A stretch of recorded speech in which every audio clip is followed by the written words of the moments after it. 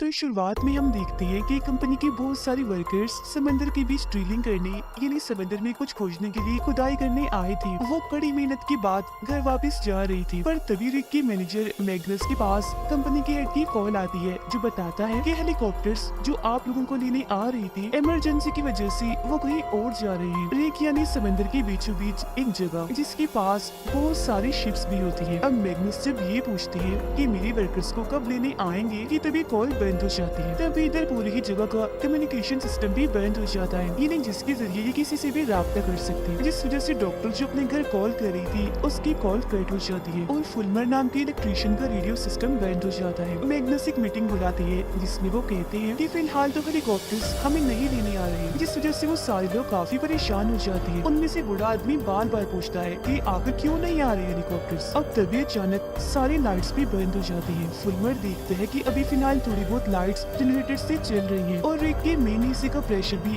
काफी ठीक है, लेकिन अगर प्रेशर बढ़ा तो सब लोग मारे जाएंगे। फुलमर फिर अपनी शिप से राब्ता करता है तो पता चलता है कि वहाँ पे यही मसला हो रहा है। अब रिक बुरी तरह से हिलने लगता है, उसके मेन हिस्से में आग लग जाती है। अब कंपनी की फीमेल वर्कर जो साइंटिस्ट है सिस्टम को बंद करना नहीं चाहती क्योंकि अभी उनका टारगेट पूरा नहीं हुआ, पर मैग्नस अपने वर्कर से कहते हैं कि यहाँ काम में लोगों की जाने जरूरी है, इसलिए सारे सिस्टम्स को फौरन बंद किया जाए। एक बार दोबारा से रिक हिलता है और अभी पूरी जगह घनी फॉग धुंध से भरने लगती है। अब उनमें से एक वर्कर को शक होता है कि कहीं हमने समंदर में ज्यादा गहरा ड्रिल तो नहीं कर दिया, मतलब गहरी खुदाई तो नहीं कर दी जिस वजह से भूकंप जलजला आ रहा हो। पर वो साइंटिस्ट कहते हैं कि नहीं, ऐसा कुछ नहीं होता। जिसके बाद मैग्नस कम्युनिकेशन सिस्टम चेक करने के लिए फुलमर और एक दूसरे वर्कर बास को ऊपर भेजता है। वो जब काम कर रही थी तो उन्हें वहाँ एक मरा हुआ परिंदा दिखता है। मैग्नस और बूढ़ा आदमी नीचे खड़े होकर उनके आने का इंतजार ही कर रही थी कि तभी बास ऊपर से नीचे आकर गिरता है। तब साइंटिस्ट और डॉक्टर जल्दी से मेडिकल किट लेकर उसके पास पहुंचती है ताकि अगर वो जख्मी हो तो उसकी मरहम पट्टी कर सके। फुलमर भी नीचे आकर बताता है कि वो मेरे पीछे ही खड़ा था, पर पता नहीं क्या हुआ वो अचानक से गिर गया। पर बूढ़े आदमी को उसकी बातों पर यकीन नहीं होता क्योंकि बास की क्लिप वाली रस्सी खुली हुई थी जिससे वो गिर गया। डॉक्टर बास को मेडिकल रूम में लाती है और उसे ठीक करने की कोशिश करती है, पर बाद में वो बताती है कि सर्जरी वाले कमरे और सामान के बगैर इसे ठीक नहीं किया जा सकता। साइंटिस्ट मैग्नस को दिखाती है कि पाइप में प्रेशर बिल्कुल भी नहीं है और इस एरिया की सारी रिस्क का यही हाल है। इतनी ही देर में बास को होश आ जाता है और उसे ख्याल आने लगते हैं जिनमें वो देखता है कि समंदर के दो हिस्से हो रहे हैं। बूढ़ा आदमी चुपके से मैग्नस की ऑफिस से कंपनी की खुफिया फाइल उठाता है जो देख वो चिढ़ जाता है। सब वर्कर्स को इकट्ठा करके बताता है कि कंपनी हमसे झूठ बोल रही थी। इतनी ही देर में मैग्नस भी यहाँ आ जाता है जिसे एक बोल करना ही पड़ता है कि हाँ ये सच कह रहा है, कंपनी इस प्रोजेक्ट को बैन कर रही है जिस वजह से बहुत जल्द अब सबकी नौकरियाँ जाने वाली है। अभी वो ये सब बता ही रहा था कि तभी उन पर पता नहीं कहां से राख गिरने लगती है जो काफी अजीब था क्योंकि आसपास कोई वोल्केनो ज्वालामुखी नहीं था। तभी इधर बास भी आ जाता है जो काफी अजीब सा दिख रहा था, बताता है कि अब काफी देर हो चुकी है, तबाही शुरू हो गई है। इतना कहकर वो गिर जाता है। फिर बाद में जब उसे होश आती है तो उसे कुछ याद नहीं था कि मैं ऊपर से गिरा था या मैंने तबाही की कोई बात की थी। वो बस इतना कहता है कि जब मैं ऊपर था तो मैंने फॉग में कोई चीज देखी, जिसके बाद मेरे दिमाग में अजीब तरह की आवाजें आने लगी। उसकी बातें अनसुनी करके डॉक्टर उसका खून लेने लगती है सैंपल के तौर पर, जिस वजह से वो चिढ़ जाता है। कहता है कि तुम लोगों ने मेरी चेतावनी को नजरअंदाज करके अच्छा नहीं किया और अब एक बड़ी लहर आ रही है। पर जैसे तैसे डॉक्टर उसे सुना देती है और साइंटिस्ट को बताती है कि हेरत इसके जख्म अपने आप ही ठीक हो रही है। उनके जाने के बाद बास जब उठता है तो अपने बाजू पर देखता है कि वहाँ कोई चमकदार चीज है और यही उसके जख्मों को ठीक कर रही है। सभी देखते हैं कि उनका शिप उनसे राब्ता करने की कोशिश कर रहा है, पर गलत जगह वो आगे बढ़ रहा है। मैसेज को देखने के लिए मैग्नस एक वर्कर को भेजता है तो पता चलता है कि वो शिप इनसे मदद मांग रहा है। मैग्नस फुलमर को कहता है कि लाइट्स के जरिए उन्हें सिग्नल्स भेजो और पता लगवाओ कि वो इस फोग के बारे में क्या जानते हैं। बूढ़े आदमी को कमरे में बंद किया हुआ था जिस वजह से वो गुस्से में पागल हो रहा था, लगातार दरवाजा तोड़ने की कोशिश करने लगता है। मेडिकल रूम में बास देखता है कि उसके जख्म भर गए हैं। वो खुद को जब शीशे में देखता है तो उसे ख्याल आता है कि उनका रिक तबाह हो रहा है। वो फिर यहाँ से निकलकर कमरे में आता है और वर्कर वाले कपड़े पहन लेता है। अब तभी उसके सर में जोरदार दर्द होने लगता है और उसका सोने वाला दांत टूट कर निकल आता है। राख को देखकर साइंटिस्ट कहती है कि मुझे कुछ ठीक नहीं लग रहा, इसके बारे में मैं जांच कर रही हूँ, तो तब तक सब अंदर ही रही, बाहर मत जाए। है। फुलमर इन्हें आकर बताता है कि हमारे शिप का कम्युनिकेशन सिस्टम भी टूट चुका है और अगर सुबह का इंतजार किया तो वो किसी चीज से टकरा कर तबाह हो जाएगी, हमें लाइट जलानी होगी। जिस पर साइंटिस्ट कहते हैं कि कंपनी से कॉन्ट्रैक्ट की वजह से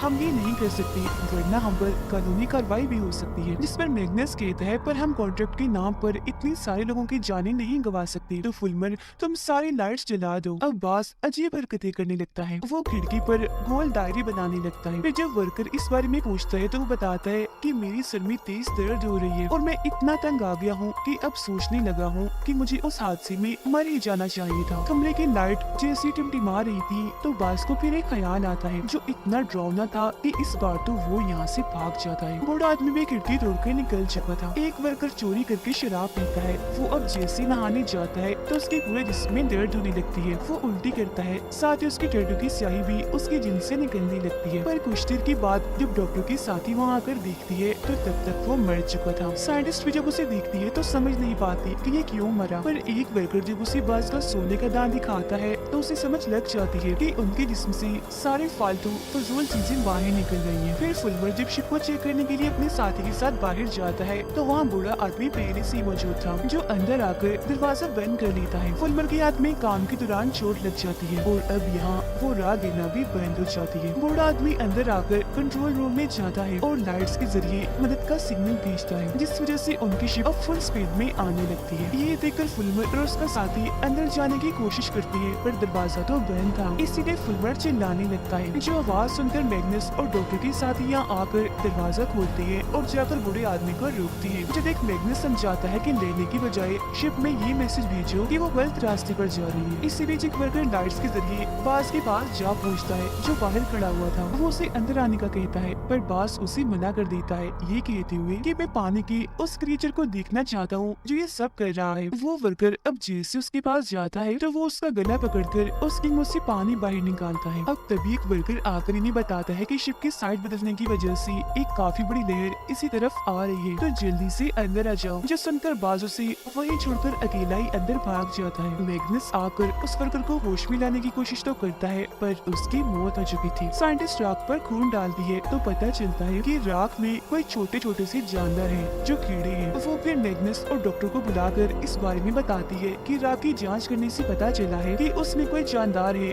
जो कीड़े हैं जो किसी एक ऐसे इंसान की तलाश में है जिसके जिसमें वो पनाह ले सके और उसे अपने साथ शामिल कर ले, जिसकी वजह से ये घुसती है तो उसके जख्मों को तेजी से ठीक कर देती है, क्योंकि उन कीड़ों को फैलने फूलने के लिए ताकतवर जिस्म की जरूरत होती है। इसीलिए हमें राख से दूर रहना होगा और बास की तरह जितने भी लोगों के जिस्म में जख्म है उनकी हिफाजत करनी होगी। जो सुनकर मैग्नस कहता है कि मुझे बाज में कुछ ठीक नहीं लग रहा, ऐसा करो कि सबके खून के सैंपल ले लो जिनको हम बाज के खून से मिला कर देखेंगे। अब आहिस्ता से फोक दूर होने लगती है और पास वाला रिग पूरी तरह से तबाह हो जाता है। बाज साइंटिस्ट के रिसर्च वाले कागजों को देख रहा था पर जैसे इधर फुलमर आता है तो वो गुस्से में आ गया था। इतनी ही देर में यहाँ साइंटिस्ट भी आ जाती है और देखती है कि बाज ने अपने खून का सैंपल उठा लिया है। वो उससे जैसे सैंपल मांगती है तो वो उसे चुराकर यहाँ से भाग जाता है, जिसका मतलब था कि वो टेस्टिंग नहीं कर सकती। जिस वजह से मैग्नस कहते हैं कि चलो खैर है, ऐसा करो बाकी जख्मी लोगों को चेक कर लो। जिसके बाद वो एक मीटिंग बुलाता है। स्नो सबको कहता है कि अब से हम 2 टीम्स में काम करेंगे। एक टीम पूरे रिग को अच्छे से चेक करेगी और दूसरी टीम बास को ढूंढेगी। रिसर्च के जरिए साइंटिस्ट पता लगवाती है कि ये छोटे से कीड़े डायनासोर्स के जमाने की हैं, जिनका खात्मा डायनासोर्स के साथ ही हो गया था, पर लगता है कि ज्यादा गहराई में ड्रिल करने की वजह से ये जिंदा हो गई है दोबारा। बास अपने खून का सैंपल पानी में फेंक देता है और अब उसकी सारी जख्म बिल्कुल ठीक हो गई थी। टेस्ट करने के लिए वो अपना हाथ पानी के टैंक में रखता है, जिस वजह से वो पूरा पानी छोटे छोटे कीड़ों से भर जाता है। पर जैसे ही बास का साथी यहाँ आता है वो जल्दी से छुप जाता है। उसका दोस्त जैसे पानी में उन छोटे कीड़ों को देखता है तो वो बाकियों को आवाज लगाने लगता है, पर बाज उस पर हमला करके यहाँ से भाग जाता है। उसे फिर 2 वर्कर्स आकर उठाते हैं और देखते हैं कि उन छोटे छोटे कीड़ों की जगह पौधे उग गए हैं। अब बाज के दोस्त का दांत भी निकलने लगता है। इसका मतलब था कि वो भी अब इन्फेक्ट हो गया है, मतलब कि यहाँ जो भी था वो भी उसकी असल में आ चुका था। वो इस वजह से इतना घबरा गया था कि एक वर्कर को मारकर यहाँ से भाग जाता है। डॉक्टर के साथ जब नीचे आती है तो देखती है कि बाज यहाँ पर पौधे उगा रहा है, जिसके बाद वो बताता है कि काफी पुरानी यादों से मुझे पता चला है कि इस जगह के क्रिएचर्स को मारा जा रहा है और अगर उन्हें ना बचाया तो ये सभी नहीं बच पाएंगे। इतनी ही देर में बास का दोस्त भी यहाँ आकर उसकी हाँ में हाँ मिलाता है, पर अब जैसे यहाँ बूढ़ा आदमी आता है तो ये दोनों ही यहाँ से भाग जाते हैं। फुलमर लाइट तो ठीक कर लेता है, पर मेन हिस्से की आग बुझ चुकी थी, उन्हें दोबारा उसमें आग लगानी थी वरना वो तबाह हो जाएगा, जिससे रिक की तबाही भी पक्की है। पर उस मेन हिस्से का सारा कंट्रोल नीचे वाले हिस्से में है, पर अगर वहाँ गए तो इन्फेक्शन फैल सकता है क्योंकि वो चमकदार चीज और छोटे से कीड़े वही हैं। इस वजह से किसी को ऊपर जाकर ही मेन हिस्से में आग लगा दी होगी। तब एक वर्कर सारा कंट्रोल खुद संभालता है और फुलमर को मेन हिस्से के पास भेजता है। वो आगे बढ़ता है और काफी अच्छा निशाना लगाकर मेन हिस्से में आग लगा देता है, पर फुलमर खुद काफी जख्मी हो गया था, जिसके बाद फौरन उसे मेडिकल रूम में लाया जाता है। नीचे वाले हिस्से में जहाँ बास था वहाँ उसके ख्याल और भी भयानक होने लगते हैं, जिनमें वो देखते हैं कि अगर इन छोटे छोटे कीड़ों को बचाना है तो पूरे रिक के सिस्टम को बंद करना होगा। उधर फुलमर दोबारा से ठीक होकर अपने रिसर्च में लग जाता है, पर वो जाने अनजाने में कॉपी पर बिल्कुल वैसे गोल दायरे बनाता है जैसे बास ने बनाए थे। मैग्नस सबको कंट्रोल रूम में बुलाते हैं क्योंकि बास जो नीचे वाले कंट्रोल रूम में है रिक की सारी सेफ्टी हिफाजत खत्म कर रहा है, जिस वजह से प्रेशर हद से ज्यादा बढ़ रहा था। अब वो एक कैमरा डिवाइस को पानी में भेजते हैं और देखते हैं कि भूकंप की वजह से जमीन पर बहुत सारे गोल दायरे बन रहे हैं जो फुलमर को अपने ड्राइंग की याद दिलाती है। अब इस वजह से एक वर्कर नीचे कंट्रोल रूम वाले एरिया में जाकर इस सेफ्टी खत्म करने वाले सिस्टम को रोक देता है, जिससे बास का प्लान फेल हो गया था। वो काफी गुस्से में आ जाता है। वो कंप्यूटर से फिर डायरेक्ट सिस्टम को हैक करने लगता है, लेकिन वहाँ एक अलार्म बच जाता है जिससे वो अपने प्लान में कामयाब नहीं हो पाता। एक वर्कर के पास मैसेज आता है जिससे पता चलता है कम्युनिकेशन सिस्टम ठीक हो चुका है। मैग्नस भी मदद मंगवाने के लिए फौरन गार्ड को मैसेज करता है, जबकि फुलमर उन गोल दायरों के बारे में पता लगाने की कोशिश करता है। उधर डॉक्टर जब अपनी बहन से बात कर रही थी तो तभी फोक तेजी से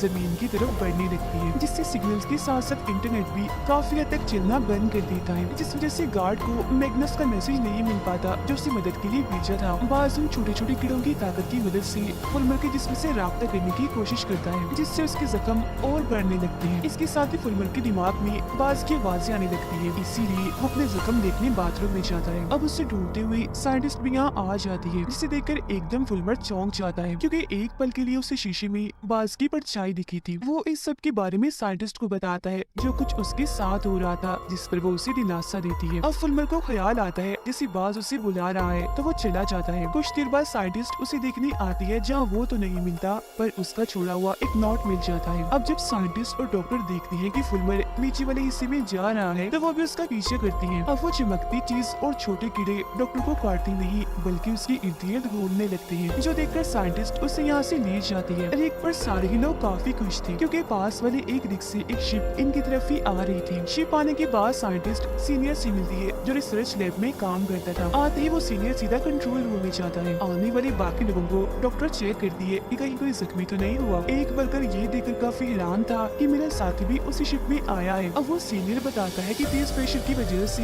मेरा रिग फट गया था। साइंटिस्ट उससे पूछती है कि आपको इस रिग में क्यों भेजा गया, जिसका वो कोई जवाब नहीं देता। अब वो नया आने वाला वर्कर बताता है कि जब हमारी रिग में ये सीनियर आया तो उसने बहुत सारे औजार समंदर की गहराइयों में भेजे क्योंकि वो तेल नहीं निकाल रहे थे बल्कि कोई और चीज औजारों के साथ नीचे भेज रहे थे, जिसके बाद फोग आई और लो वाइब होने लगी। पर सीनियर तभी नॉर्मल था, उसे देखने से लग रहा था जैसे वो ऐसा ही चाहता है। उसने प्रेशर बढ़ने की जरा भी परवाह नहीं की बल्कि औजार भेजकर वो जो टेस्ट करना चाहता था उसने बस उस पर ध्यान दिया, जिस वजह से हमारा पूरा रिग तबाह हो गया। पर रिग तबाह होने से पहले उसने अपनी टेस्ट का सारा डेटा मिटा दिया। कंपनी उसे और वो कंपनी को मेल भी कर रहा था, जिसका मतलब था कि वो ये सब पहले से ही जानता था और कंपनी ने जानबूझकर उसे यहाँ भेजा था। डॉक्टर साइंटिस्ट की रिसर्च देखकर बताती है कि ये जो दायरे हैं वो 5 अलग अलग चीजों की पहचान है और 5वां दायरा तबाही का है जो फैल रहा है, जिसका मतलब हम बहुत जल्द मिटने वाले हैं। सीनियर बताता है कि मेरे रिग में इन्फेक्टेड लोगों ने तेल के कुएं में आग लगा दी थी ताकि ये सारे जानदार कीड़े मारे जाएं। वो फिर कहता है कि मैं कुछ लोगों को मेन हिस्से में भेजना चाहता हूँ, पर मैग्नस मना कर देते हैं। ये कहती है कि नहीं, मैं अपने लोगों को खतरे में नहीं डाल सकता। उधर फुलमर भी बास और उसके साथी के साथ मिल जाता है। बास बताता है कि ये कीड़े बहुत जल्द मेरे पूरे जिस्म में फैल जाएंगे। सीनियर बताता है कि बास को रोकने के लिए हमें वेंटिलेशन सिस्टम में कार्बन डाइऑक्साइड ले जाना होगा जो नीचे ही है जहाँ बास है, और कार्बन डाइऑक्साइड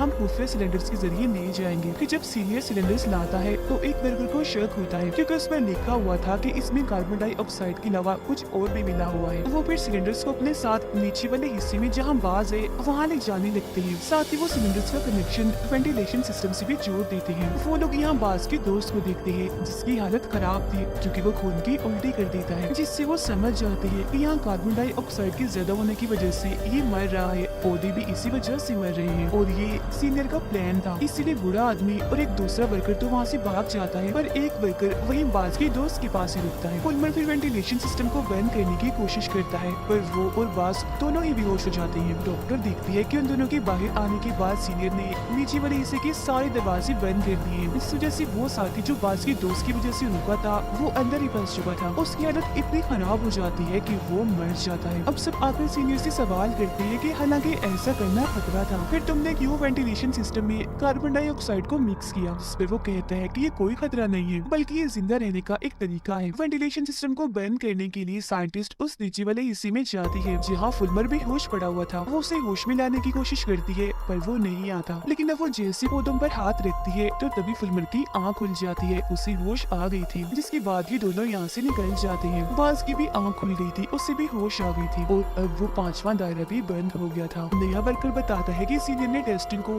हद से ज्यादा बढ़ा दिया ताकि रिग तबाह हो जाए और ये सारे छोटे कीड़े मारे जाए। जिसके बाद सीनियर छोटी कश्ती के जरिए यहाँ आ गया हमारे साथ और कई सारे लोगों को वही मरने के लिए छोड़ दिया। फिर जब मैग्नस इस बारे में सीनियर से बात करता है तो वो कहता है कि ये मेरी कंपनी की पॉलिसी है कि चाहे कुछ भी हो जाए ड्रिलिंग हमें नहीं छोड़नी, तो इसीलिए उन जानदारों को कीड़ों को खत्म करने के लिए कंपनी ने मुझे भेजा है, क्योंकि अगर उन्हें नहीं मिटाया गया तो वो दुनिया भर में फैल जाएंगे और तो जिंदा रहने के लिए हमें सारे इन्फेक्टेड इंसानों को भी खत्म करना होगा। पर साइंटिस्ट इस बात से बिल्कुल भी सहमत नहीं होती, कहती है कि फुलमर हमें इससे भी अच्छा सुझाव दे सकता है। उधर बाज महसूस करता है कि ये कीड़े मेरे जिस्म सिस्टम को बंद कर रहे हैं। जिसके बाद यहाँ एक और भूकंप आता है। फुलमर बाज से राब्ता करने की कोशिश करता है, जिससे उसे पता चलता है कि ये जानदार ये कीड़े पूरे समंदर को साफ कर रहे हैं। ये देख साइंटिस्ट कहती है कि कीड़ों की तादाद बहुत ज्यादा है तो उन पर हमला करने से कोई फायदा नहीं होगा, हमें बाज से बात करनी चाहिए, वो ही इनको रोक सकता है क्योंकि सिर्फ वही इन कीड़ों से जुड़ सकता है, बात कर सकता है। जिसके बाद वो तीनों जब नीचे वाले हिस्से में जाते हैं तो वहाँ बाज रो रहा होता है कि बहुत देर हो चुकी है, मैं अपने काम में नाकाम रहा। सीनियर के इरादों के बारे में सबको पता चल गया था, इसीलिए वो नए वर्कर से कहता है कि अगर तुमने मेरा साथ दिया तो मैं तुम्हें और तुम्हारे साथी को यहाँ से बचाकर ले जा सकता हूँ। अब इस वर्कर को शक था कि सीनियर इस रिग को भी तबाह न कर दे, तो वो माइक्रोफोन ऑन कर देता है, जिस वजह से सीनियर की ये बातें स्पीकर पर हर कोई सुनने लगता है। अब भूकंप आने लगता है तो सीनियर रिग को तबाह करने की सिस्टम को चालू कर देता है। इसी वक्त हेलीकॉप्टर्स भी यहाँ आ गए थे जो इनसे राब्ता करने लगते हैं, पर क्योंकि सीनियर अकेला ही बचना चाहता है तो वो ऊपर आ जाता है। उसे देखकर डॉक्टर और उसके साथी उसका पीछा करते हैं, जबकि नया वर्कर और उसका साथी धमाके को होने से रोकने की कोशिश करने लगते हैं। वो फिर जाकर सबको बताते हैं कि हमने धमाका होने से तो रोक लिया है, पर तबाही होने वाली है, सुनामी आने वाली है, हमें जल्दी यहाँ से निकलना होगा। जाने से पहले बूढ़ा आदमी सीनियर को जोर से मुक्का मारता है। अब यहाँ भूकंप के झटके बढ़ते जा रहे थे तो वो नीचे वाले हिस्से से बाहर निकल आते हैं, पर बाज यही रुकने का फैसला करता है क्योंकि वो इन कीड़ों के सामने